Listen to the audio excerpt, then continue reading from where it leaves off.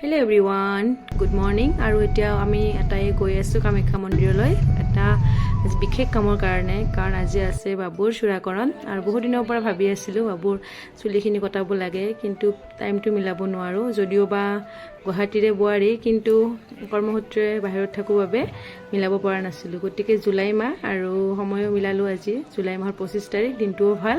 গতিকে আমি ইয়াতে ওলাই আহিলোঁ বাবুৰ চুলিখিনি কটাম বুলি। আৰু এতিয়া মন্দিৰ আহি পালোঁ। আৰু হাজবেণ্ডে আগতে ঠিক ঠাক কৰি থৈ দিয়া পাণ্ডাজনৰ কথা মতে এতিয়া আমি আৰু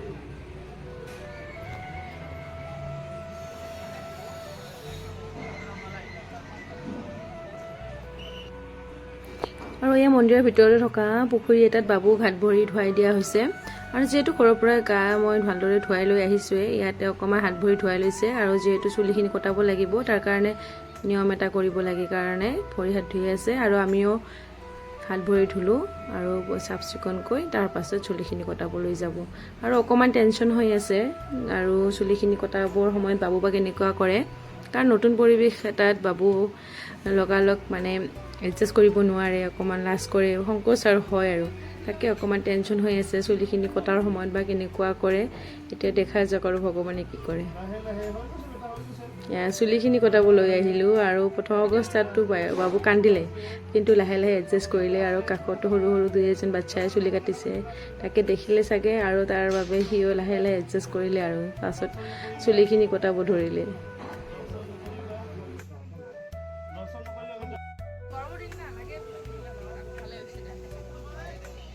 সংগমংগ হৈ আছিল।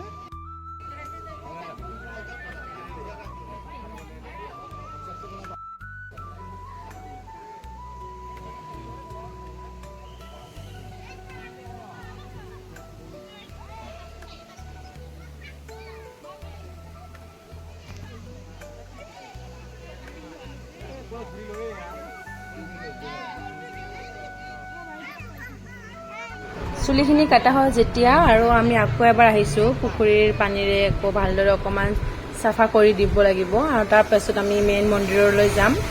বাকী পূজাখিনি যিহেতু কৰিবলৈ বাকীয়ে আছে আমাৰ, গতিকে বাবুক আকৌ এবাৰ লৈ আহিছোঁ অকণমান ভালদৰে চাফা কৰি দিবৰ কাৰণে। চুলিখিনি কাটিছে জাষ্ট, গতিকে এতিয়া অকণমান তাক চাফা কৰি দিওঁ। তাৰপাছত আমি বাকী পূজাখিনি কৰিব লাগিব।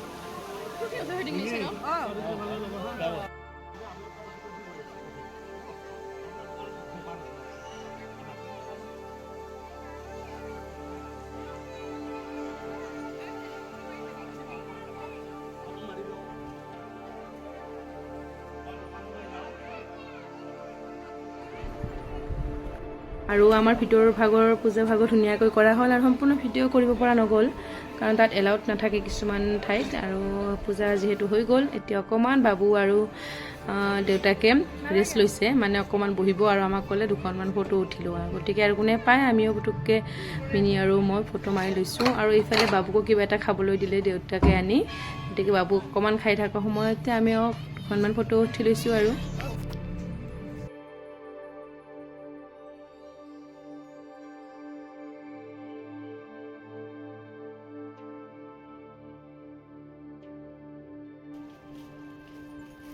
যিহেতু আমাৰ পূজা ভাগ 12টা মানতে শেষ হৈ গ'ল আৰু ঠিক সেই সময়তে ভোগ দিয়া সময় আছিলে, গতিকে হাজবেণ্ডে ক'লে আমি যাওঁতে অকণমান ভোগ খাই যাম, গতিকে সময়খিনি ধুনীয়াকৈ মিলিছে আৰু আমি ভোগ খাই লৈছোঁ এতিয়া।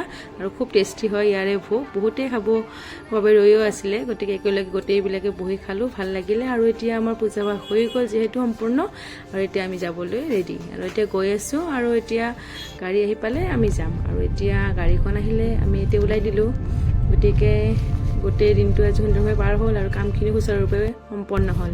গতিকে আজিলৈ ব্লগটো ইয়াতে সামৰিছোঁ। ইয়াতে ভালে ভালে থাকিব, নেক্সট ব্লগত লগ পাম। আজিলৈ